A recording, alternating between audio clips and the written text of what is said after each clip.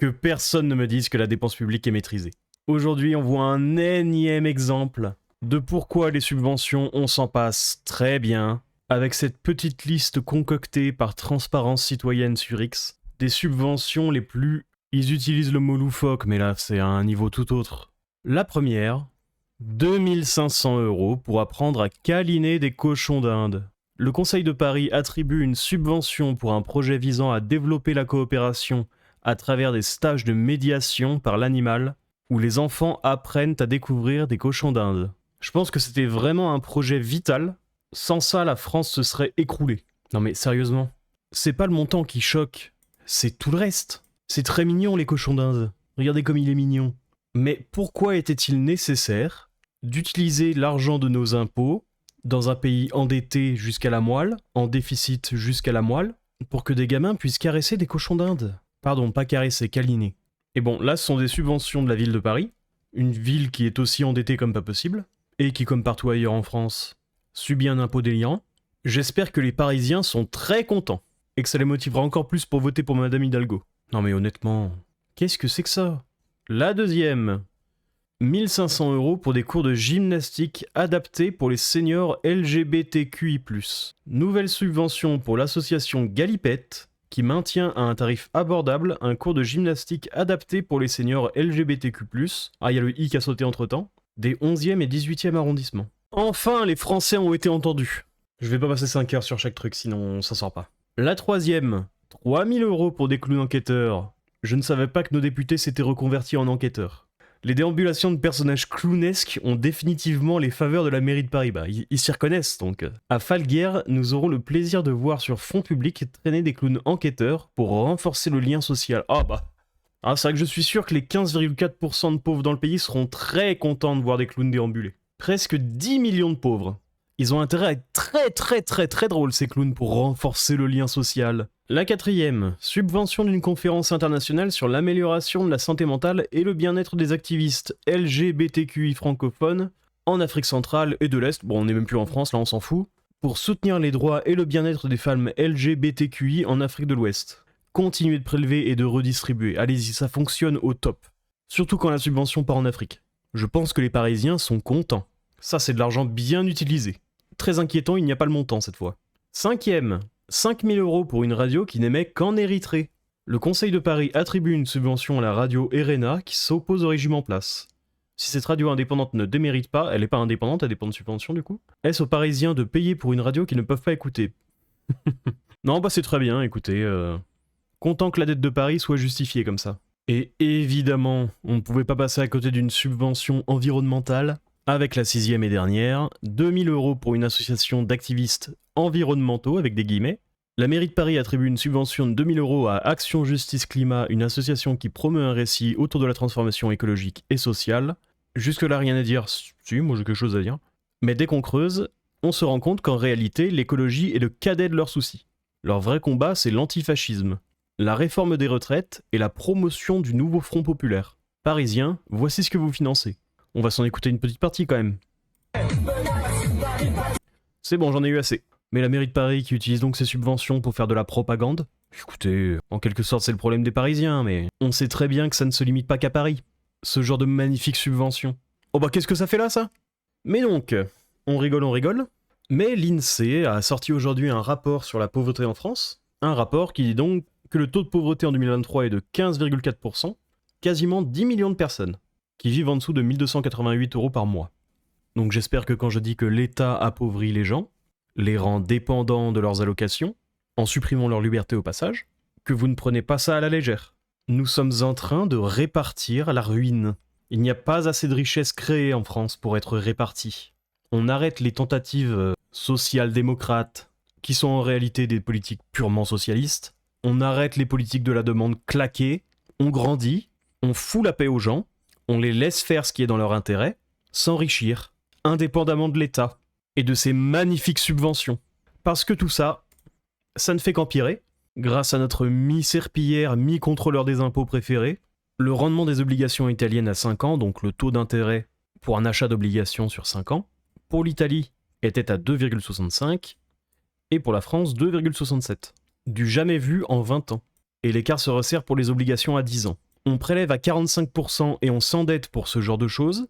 Notre économie s'effondre, donc notre dette devient plus risquée, donc on la paye plus cher, donc on s'appauvrit. Il faut défoncer la dépense publique et rendre aux Français leur liberté. Et leur richesse au passage. Bref, écoutons ce qu'ils ont à dire sur BFM à ce sujet. Bonjour Xavier. Bonjour Nicolas. Directeur principal de l'OFCE. Avant de revenir sur le fond de l'histoire, cet écart entre les taux d'intérêt, bon, on avait déjà eu des écarts qui avaient un peu marqué les esprits. Vous comprenez qu'Éric Lombard, Jean-Marc Daniel, disent lui-même, il a dit quoi Éric Lombard? Il a dit, on emprunte plus cher que l'Italie, on consacre 60 milliards au remboursement de la dette, c'est plus que le budget de la défense, dans 3 ans ce sera 100 milliards, et on a le record, enfin on est largement 10 points au-dessus de la moyenne en termes de dépenses par rapport à l'Union. Bah il a bien lu ses fiches Eric. Il aurait pu rajouter 20 points au-dessus de la moyenne de l'OCDE, mais en tout cas il a bien lu ses fiches. Bravo Eric. Sur ce coup t'as été très bon. Vous allez publiquement devant un endroit où vous savez que vous serez très écouté pour appuyer sur tous les points qui font mal vous concernant. C'est étonnant. Oui, c'est à la fois surprenant, mais d'un autre côté, c'est un peu une stratégie de communication de la part du ministre de l'économie. Bah oui. Il n'est pas, il y a un premier ministre dessus qui est là pour essayer de faire, de mettre un peu de liant dans tout ça. Là, il est là pour être le méchant, pour être le personnage qui dit, écoutez, ça ne va pas, il va falloir faire des efforts, regardez. Il n'y a pas lieu d'avoir ce vilain personnage. J'aimerais bien que Éric Lombard soit compétent et nous dise « Regardez, en fait, l'État dépense beaucoup trop. La conséquence logique à ça, c'est de découper la dépense publique. » Ah là, tout de suite, je serais beaucoup plus clément avec Éric Lombard. Malheureusement, ses origines de serpillière ont tendance à prendre le dessus. Et en plus, c'est toujours pareil, le symbole de l'Italie, c'est-à-dire l'Italie qu'on a présenté régulièrement comme le mauvais élève de l'Europe, comme l'archétype du Club Med. C'est l'Italie maintenant est plus performante que nous. Bah, les Italiens ont la chance d'avoir Madame Meloni aux commandes. Nous, on a la chance d'avoir le Mozart de la ruine aux commandes, avec comme Premier ministre François Bayrou et ministre de l'économie Éric Lombard. C'est quand même vraiment pas de chance. Et le vrai problème, c'est que les alternatives sont pas forcément meilleures. Et alors, ça reste la communication, mais si on regarde sur le fond, il y a des choses assez inquiétantes quand on se compare à l'Italie. Non seulement il y a les évolutions des taux d'intérêt, mais il y a aussi le fait que l'Italie dégage maintenant des excédents extérieurs, alors que nous, on continue à être en déficit. On a été juste à l'équilibre l'année dernière grâce aux Jeux Olympiques. Mais là, la dernière statistique de la Banque sur le mois, on a eu 4 milliards de déficit dans notre balance des paiements courants. Ah bah, il suffit d'un événement centenaire, les Jeux Olympiques à Paris, ça doit être une fois tous les 100 ans, elle est peut-être tous les 50 ans, pour être à l'équilibre commercial. Oh, l'économie de la France, c'est du solide.